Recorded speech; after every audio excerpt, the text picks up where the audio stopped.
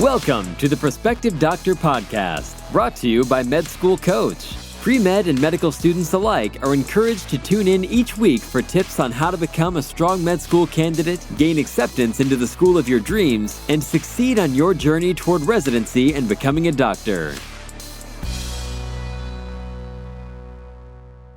Hello, everyone. I'm super excited to announce our guest today, Dr. Yolandra Hancock. I just want to give her a moment to tell us a little bit about herself. Sure. So my most important job is that I'm a mommy. I have an 8-year-old daughter named Amara, and many of you likely know Amara means eternal grace in Igbo. So there you go. There's your fun fact for the day. I am a pediatrician and obesity specialist. I consider myself to be a public health shero because not only do I teach the next generation of public health experts, but I also get the blessing of doing it in action, both in terms of health policy and in the creation of public health and population health-based programs. That's awesome. Now, I want us to take it way back to the beginning of your medical journey and let the students and pre-med students as well know what drove you to choose pediatrics as your specialty. It's an excellent question. So I've always been drawn to working with children. When I was younger, I used to teach Sunday school. And I thought when I was 7, sitting in this waiting room of this small rural hospital in Louisiana, I watched my great-grandfather, my papa, suffer from some health issues as we were waiting to see a doctor because of the paucity of physicians that were in this rural part of Louisiana. So it was that moment that I decided to become a physician. And then I'm a big old PBS nerd. We couldn't afford cable TV growing up. All we had access to was PBS. And there was this Brazilian surgeon who traveled the world doing craniofacial repairs for children who had birth defects. And I was like, that's what I'm going to do. And then my sophomore year at UCLA, I like to be purposeful in my pursuits. So I wanted to connect with people who were doing what I wanted to do. And so I connected with a couple of plastic surgeons in LA because they're not hard to find, and talked to them about what I wanted to do. And simultaneously, it was one of those God moments, but in an unfortunate way. One of my baby cousins, Jaleisha, died because of a lack of access to care. And so going into medicine at the age of 7 was because of a lack of access. And then when Jaleisha passed away, it was because not our mutual grandmother, but her other grandmother, she could not access care for my cousin just a month after her 4th birthday. And I remember saying to myself, if we can't collectively get children to survive to their 5th birthday, what difference does it make if I fix their faces? This is a conversation I had with one of my sorority sisters. And that's in my sophomore year at UCLA as an undergrad is when I committed to becoming a pediatrician. Wow. I'm sorry that it took those life experiences and that terrible loss to drive you into another alternative journey. But you've made such an impact, I think, on just helping decrease healthcare disparities. And now we see what has driven you to do that. For the listeners out there, Dr. Hancock is an advocate for decreasing health disparities, and she often speaks about how the social determinants of health impact the lifespan. You recently gave a TED Talk entitled The Urgent Fight for Health Equity. Can you tell us about how students can advocate to end such health disparities? Absolutely. The first thing is just to be able to recognize what are the social determinants of health, to understand that a person's health outcomes, 80% of a person's health outcomes are based on where they are born, grow, learn, live, work, play, and age. And what are those factors that influence where they are born, grow, etc. So what are the educational what's the educational access? What is the employment access? Even basic things like zoning. We know that in communities of color, we are disproportionately placed in neighborhoods with sewer treatment plants, with lower housing opportunities, less access for healthy foods and safe space for physical activity. So when you become a physician and you recommend to your patient, you need to eat more fruits and vegetables, you need to exercise more to lose weight or control your diabetes, you have to understand that these personal decisions are not made in a bubble. These personal choices are driven by the environment in which people live. And so my goal as both a physician, as a public health expert, I have the pleasure of serving as the consultant to my county council's Board of Health. So when health legislation comes up or I give them a little hint of an idea as to what health legislation should be created. That's how I use my voice, and understanding that you don't have to wait until you're an attending physician to do it. You can do it as a medical student. You can do it as a pre-med. At UCLA, I was always at someone's rally fighting for some kind of rights, right? But you can also do it individually. Pay attention to what legislation is coming up in your neighborhood, in the city or state where you are attending medical school, and give testimony. As a medical student, as a pre-med, you have a voice. And it's how we are able to shift systems that will allow us to shift these health disparities so that African Americans and Latinx and Native Americans can have the equitable access to be able to make some of these healthier decisions. I love everything that you said. I am a family physician, so I definitely can identify with all of the barriers that are out there for patients when you're giving these recommendations that come out of a textbook and technically may be correct or the right thing to do, but patients don't have the access to this because there is such an inequity in our system. They may have food insecurity. They may not feel safe to go and exercise outside. They can't afford a gym membership and things like that. So it is our opportunity and gift and sense of kind of duty as we've taken an oath for our patients to help advocate for them. And everyone is talking about the hot topic of social determinants of health, especially all of the news that George Floyd has brought out and just showcasing like the healthcare disparities that are going around in America and the racism in medicine. So it's important, like you said, to be an advocate and go and talk to your legislators, because whether or not we like it or not, and we saw that just now in our recent election, the political determinants of health impact the social determinants. So you have to get involved, you have to reach out to your people in order to impact your communities. Absolutely. And I think the other two issues that we have to keep in mind as I listen through your reflections are, one, we have to have a full understanding of what our own biases are, how we see our patients, right?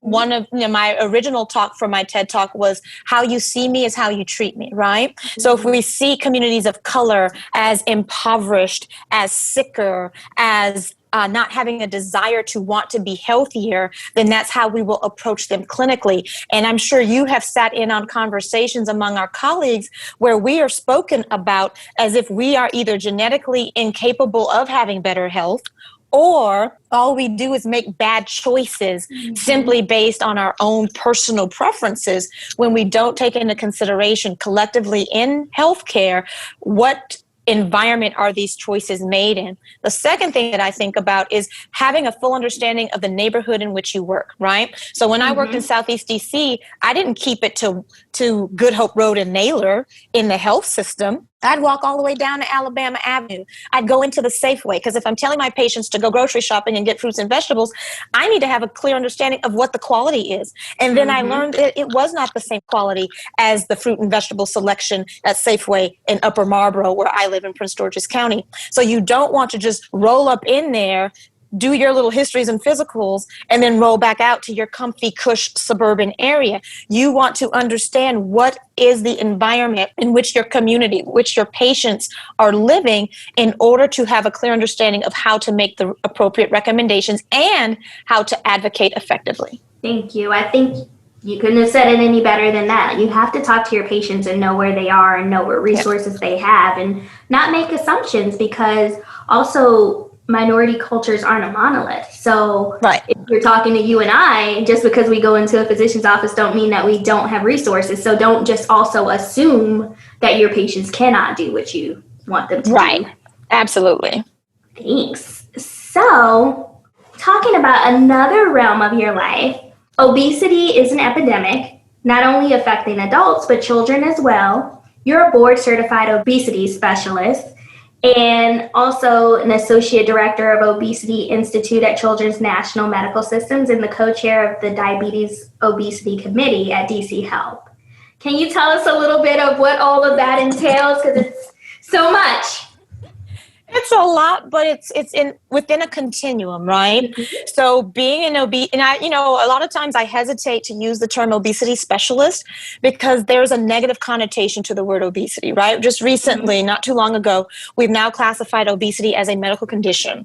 And so when I talk about patients, I don't talk about an obese patient. I talk about a patient who's dealing with obesity in the same way that I have patients who are dealing with diabetes and hypertension. Their disease does not define them. But in those other hats that I have historically worn, it's given me an opportunity to participate in the development of obesity intervention and prevention programs that are community-based, not just clinically driven, because not everyone is going to come to see one of us to have their weight managed, right? But if we set up a program at Turkey Thicket in DC or partner with Parks and Rec here in Maryland to create very innovative, culturally relevant programming, that's how you get people up and active and really interested in their health. And then with the DC Health volunteer capacity that I had in terms of being the co-chair for the DC, we called it the Diabesity Committee. And what that allowed us to do is to really direct attention, not just in terms of programmatic planning, but also in terms of policy. How does DC Healthcare Finance pay for diabetes prevention programs, diabetes self-management programs? Can we create policy to drive managed care organizations to compensate instructors and community members who are serving as the guides and teachers of these programs? So it was doing like a full spectrum of advocacy and direct care influence in terms of diabetes and obesity throughout the District of Columbia. And the blessing is that I was able to transition over into that council position to really start focusing on some large-scale policy change that will affect health. And one of our biggest bragging rights moments thus far is passing the Prince George's County Healthy Kids Meal Bill. It's the most far-reaching legislation in the country, where instead of it just being a beverage, where the beverage is the default healthy choice, now the entire meal, there has to be the default healthy side, and eventually there has to be at least one meal offered that meets the USDA guidelines. And it was certainly the most far-reaching children's meal legislation that successfully passed unanimously by the Prince George's County Council. That is amazing. And I think that it speaks to what we were speaking about earlier about getting out there and advocating for your patients and knowing what's going on and being a voice, especially when things like legislation are being involved, because they can impact so many people, as you just told us about. Yeah. At Med School Coach, we know that getting into medical school is hard. In fact, 60% of pre-meds who apply to a medical school don't even get accepted. And if you want to get accepted into a top medical school, it's even harder. That's why more students than ever are turning to MCAT tutoring by Med School Coach. Our tutors are all 99th percentile scorers, have been through rigorous training, and can help raise your MCAT score by 12 points or more. You need every competitive advantage you can get to get into med school, so why not get one-on-one tutoring from Med School Coach? Our expert team will create a custom program just for you and help you master MCAT content where you need the help most. You'll raise your MCAT score. We guarantee it. Visit us online at medschoolcoach.com and use offer code PODCAST10 to save 10% up to $400 on a Med School Coach MCAT tutoring package. You can achieve your medical school dreams, and Med School Coach can help. Now, moving on to the hottest topic of the past year, I think for everyone, COVID-19. So COVID-19 has definitely impacted the globe, but especially in communities of color. How have you witnessed COVID-19 affect the Black community?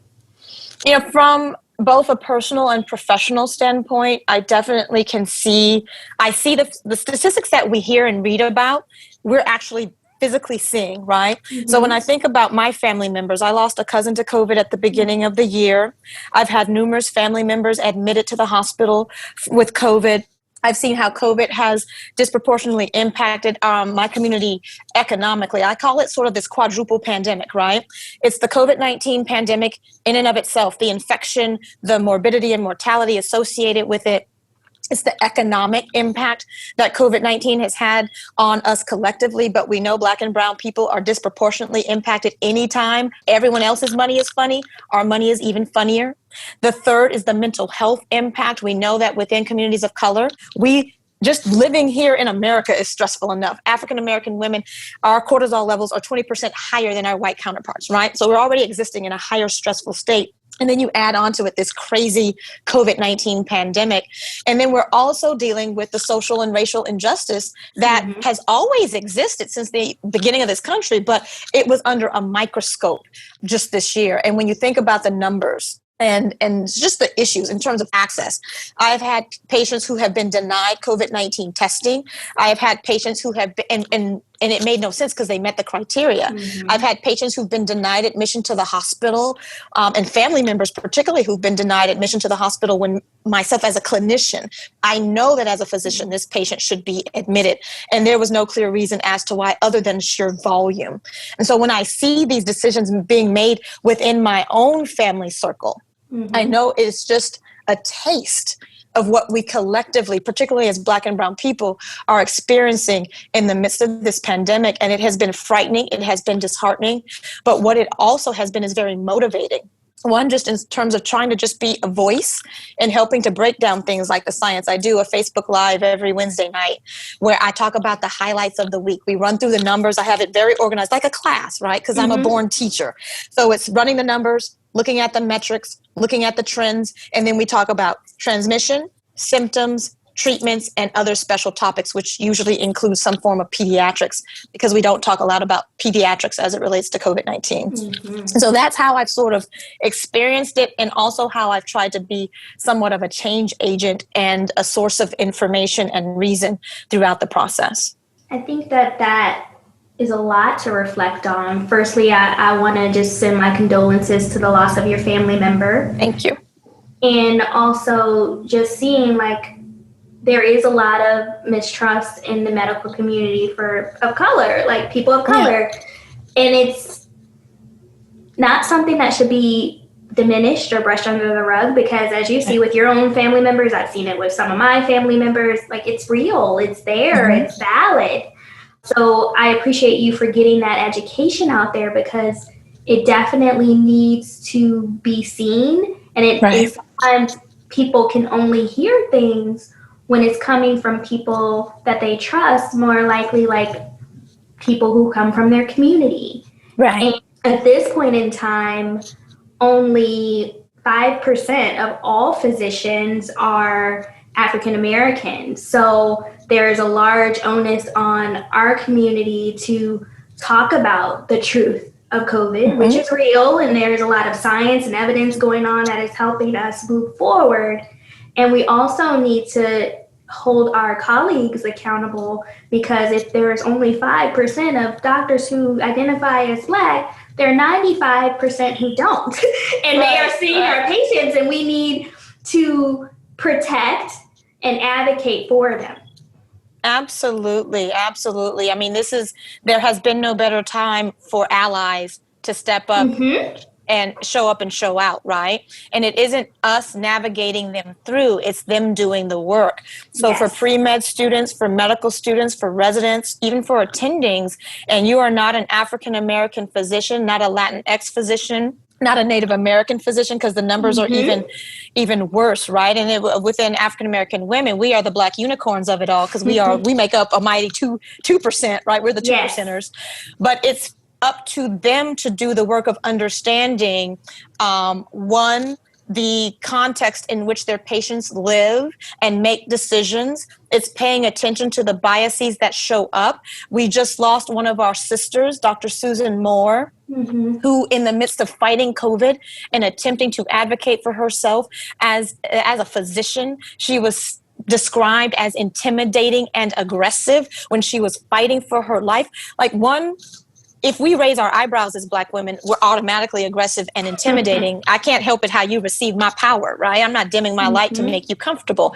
But she should be intimidating and aggressive. She's fighting for her life. What do you expect? But she wasn't either of those. If she had been any other race, she wouldn't have been described as that. And I experienced the same thing in residency. When I would advocate for my patients, I always got called to the principal's office. Like, I stayed in my residency director's office because I always questioned decisions that were made that I just didn't feel were right, that I felt were driven by bias. And I didn't care at that point. I was like, I'm in residency. I'm performing my behind off. I ended up graduating at the top of my class. I was the resident of the year. But what you were not going to do is shut me up and shut me down. What would have helped is the other 12 in my class to also step up and step out and not let it be just me who's advocating for what was right. Because in the end, 99.9% of the time, what I was asking for or advocating for was in the best interest of the patient. But because I was out there alone, then it seemed like I had angry Black woman syndrome. And then my colleagues would be like, oh yeah, Hancock, you were so right. Well, where were you? So everybody needs to show up. If we're really committed to affecting change and improving health outcomes, and you say, if what you put in your personal statement is truly what you want to achieve, then what you will do is step up and then educate yourself and then figure out how do I partner with you guys? What do I need to do to affect change so that we can address these racial disparities, these health disparities, these social disparities, these political disparities, all of that at once. We can all do it together.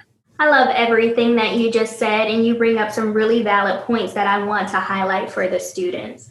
Number one, the only right thing to do ever is to do what you feel is right. It doesn't matter if someone is going to report you and all of these kinds of things or call you into the principal's office. You have to advocate for yourself, and you have to advocate for your patients, and you will find no other time than bigger time than medicine.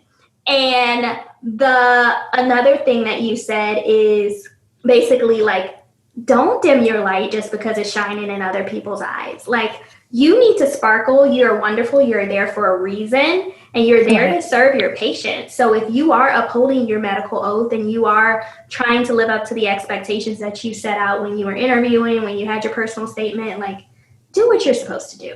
Right. And the other part about it is for those listeners out there who may be a little more intimidated about standing up for what's right, or they feel like they're not being affected or their community's not being affected, and they just want to kind of slide on by and give you a silent text like, hey, you did well. Speak up. Yeah. You're there. You need to advocate as well. Like, certain people aren't there to carry everything, and you should be there helping to support your colleagues and your classmates. Absolutely. We carry enough, right? 2%. And I can tell you, I mean, I loved my residency training. I trained at Cedars-Sinai Medical Center. Shout out to Dr. Lee Miller, who will be my forever favorite, attending my residency director, like all that in a bag of chips. But being the only African-American in my class, and within the pediatric training program, there was like one Black resident every other class. And a lot of the attendings, patients, and co-residents had not spent a lot of time with African-American women. And so it felt like sometimes I truly did feel like a Black unicorn, because I felt sometimes I was misunderstood. I felt that I was misrepresented. There were a lot of different things that I had to navigate through as a Black woman. And then to also have to take on the burden of advocating and doing all these other things, we are dealing with enough. I mean, just being Black in this country is enough, right? But then when you're in these spaces, and we all know how stressful they are, the allyship is critical. It is critical. Please do not sit by, and let things go when you know in your conscience that it is not right. Thank you for that. At Med School Coach, we know that matching into the specialty of your choice and the residency program of your dreams has a dramatic impact on your career as a physician. And your USMLE score is the most important acceptance factor of all. That's why more students than ever are turning to Med School Coach for USMLE tutoring. Our tutors are all 260 plus scorers and have been through rigorous training. Plus, the average student who uses Med School Coach tutoring raises their score by 23 to 55 points. There is an enormous amount of material you need to know for Step 1 and Step 2, and Med School Coach can help you be smart about how to study. We'll create a custom program just for you. Then, we'll help you master USMLE concepts where you need help most. You'll raise your USMLE score. We guarantee it. Visit us online at medschoolcoach.com and use offer code PODCAST10 to save 10% up to $400 on a Med School Coach USMLE tutoring package. You can achieve your medical school dreams, and Med School Coach can help. Now, we did previously mention that there is some valid distrust of the medical system out there. And there are some people who state that they do not trust taking the COVID-19 vaccine and probably won't. What would you say to those who may have apprehension with accepting the vaccine? The first thing I'd want to find out is what is their apprehension, right? In full disclosure, I haven't gotten the COVID-19 vaccine myself, but I have a process, right? And I actually put this out on social media not too long ago. I have a process in which I've always adopted any new technology. I've never been an early adopter of any vaccine, any new medication. I like it to be out for a while. I look at studies that in terms of phase 1, 2, and 3, and then once it's rolled out into the general public, I like at least 10% of the general population to get whatever it is. That's what we learn in science, right? In public health, a decent sample size is 10%. So once I have my 10% sample size, I look at the side effect profile, that's my process. So I like to understand other people's processes, and one, how they make general medical decisions, and two, what is their specific hesitancy. And if some of the stuff that they're hesitant about, we can talk through, then I do it. As a pediatrician, I deal with vaccine hesitancy all the time. This is nothing new. But I think we have to acknowledge that people, they're allowed to have that hesitancy. It doesn't make them any less intelligent, any more risk-taking. This is a real thing. You call something Operation Warp Speed, it's going to make people feel like you skipped some steps. And so I talk to them about the science and mRNA technology being developed for the past 10 years. I try my best to address the concerns that we have based on the data and evidence we have available, and have a full understanding that we're not going to convert everybody, which has been the case, like I said, in pediatrics. I still take care of babies and children who are not vaccinated. I don't send them out of my practice. I don't fire them. I let them know we're going to go full court press if they get a little rash or fever, but that's their choice. And I let them know every single time they come in, I still got those vaccines you need. And we have that conversation. And then we go on, right? And that's how I approach it with COVID-19. And for me, it's not a matter of if I'm going to get it. It's a matter of when. I needed a change in the federal administration so that I could actually trust the data coming out. 2, I needed my 10% sample size.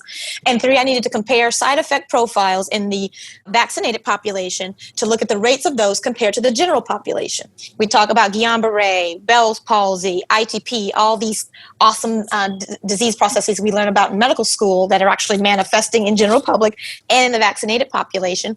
It's basic math. Do you see higher rates in the vaccinated population than you do in the general population? That's a red flag. Thus far, we do not. Thank you for that. And I think that you brought up great points. So it's all about shared decision making. We are not paternalistic physicians, and you shouldn't be. And it's all about a process. So if someone is saying that they do not want to accept it, ask them why.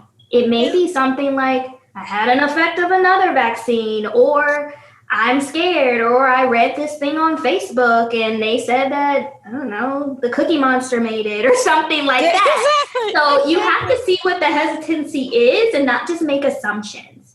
And then when you have that, you have the ability and that gift and that skill to process evidence-based medicine and be able to think through it in a way that helps make people understand. You're kind of like the medical translator. That's exactly it. When you're approaching this, it's not a one-time thing. So you're taking it, you're processing it, you're seeing where people are. If they're not there today, okay, come back in a month or email me on the portal and tell me when you're ready. I can help you advocate. But you can't necessarily judge someone for not doing things when you're ready for them to do it, because it has to be a partnership. Absolutely. Thanks for that. You've given us so many pearls of wisdom. So for my final question, I wanted to see, what advice do you have for both pre-meds and med students as they enter their medical journey? That's an excellent question. And I think it really, the journey part of that question makes it really fitting for what I would recommend for people. And that's really to be patient and allow the journey to play out, right? So when I was applying to medical school, my fifth year, I couldn't afford to apply to medical school. We all know it's very expensive. Mm-hmm. I had had some health issues and had a huge health bill that I had to commit my funding to and couldn't afford to pay for medical school. So I ended up teaching elementary school for a couple of years out in Los Angeles, out in Watts, before I went into medical school. And at the time, I felt bad about myself. I was frustrated because I didn't have the money. I was disappointed because I had a timeline. Mm-hmm. And so then I applied to medical school. I didn't get into medical school right away. I had applied to MPH programs, post-bac programs. I applied for a post-bac program and medical school simultaneously, hoping to get into medical school, but having plan A, B, and C. So I ended up getting into my MPH program, but I wasn't yet ready to leave California. I still had a boo out there. I had gotten accepted to Harvard, and I was like, no, I'm not ready. Then I was waiting for med school. Ended up in a post-bac program. I kid you not. 1 week before having to retake the MCAT, and a day before UCLA's School of Medicine class of 2002 started, I got a phone call that said, can you be at UCLA to start med school orientation? This was on a Friday. Can you be there on Monday? I never gave up. I didn't feel discouraged. I was like, you know what? My passion is to become a physician. By hook or crook, it's going to happen. And I'm going to experience whatever this is. I'm a spiritual woman. So whatever God has in store for me, I'm going to accept it, revel in it, and learn from it. Being a teacher opened up doors. It made me a better pediatrician. It made me a better mother in this virtual learning space. It opened up doors for participation in the first policy I helped to influence, which is the DC Healthy Schools Act, which was a huge piece of legislation. And then once I was in medical school, there are all these twists and turns. I learned how to drive in Los Angeles. So I got on the 405, but there were times I had to exit off the 105, the 110, or get on PCH and take the scenic route. But it all made sense. There's a scripture that says it all works together for good for those who believe. And even if you aren't spiritual, if you just take the time to experience whatever it is the universe has created for you, there is learning in it to get you to where you need to be. So if you're pre-med, don't get discouraged. If you don't think you have the right grades, there are post-bac programs, community college classes you can take. If you are in medical school and you're stressed out about residency, you've applied and you did not match, go and do that next step. Make those connections, reflect on it, learn from it, but do not give up. There were many times, even in residency, where there were things that happened that would have discouraged me. But one, my grandmother would say, but God, but also learning from it, even when I fell flat on my face and was horribly embarrassed, making mistakes in residency, all these things, I was able to pick myself back up, swallow my pride, ask for help, and then excel. And I continue to do that. Even now as an attending, as an entrepreneur, as a mother, there are many a time I make mistakes, but everyone does, number one. Number two, if you are able to learn from them, that's how you grow. And number three, don't feel embarrassed about it. Connect with people who can support you, love you through it all, and be honest with you in their process. I love it. What I gather from that is it's a purpose in your journey, and that's going to make you you. So don't feed into all of the timelines, which I'm sure a lot of people who are entering medicine do, because they're all typically have some component of being type A, but it all helps you become the type of doctor that you'll be in the future. Exactly. I really appreciate you coming on our show today. I just want to give you a moment to tell everyone goodbye, as well as any way that they can reach out to you if they want to ask you any questions or see your Facebook Lives or something like that. Absolutely. So what I would tell each of you is just to stay encouraged. I know that this journey can be a challenging one from pre-med all the way through becoming and attending, but just know that all of the tests that you go through just serve as a testimony so that you can then encourage others. So no matter what challenges I experienced, I feel like it was purposeful, because through my life experiences, I'm able to really assist others in being able to manifest their vision in terms of a career in medicine. If you want some more of that good encouragement, you can find me on social media at Ask Dr. Yola, AskDrYola on Facebook. My doctor page is just Dr. Yolandra Hancock, and you can also find me on my website at AskDrYola.com. Perfect. Thank you again for coming out. And for all of the listeners out there, be sure to click that subscribe button, and I'll see you again next week with another guest. Bye. Each episode of the Prospective Doctor podcast is brought to you by Med School Coach. To access articles, videos, webinars, and free tools to help you succeed on your journey toward medical school and beyond, visit our website, prospectivedoctor.com. We hope you tune in again next time.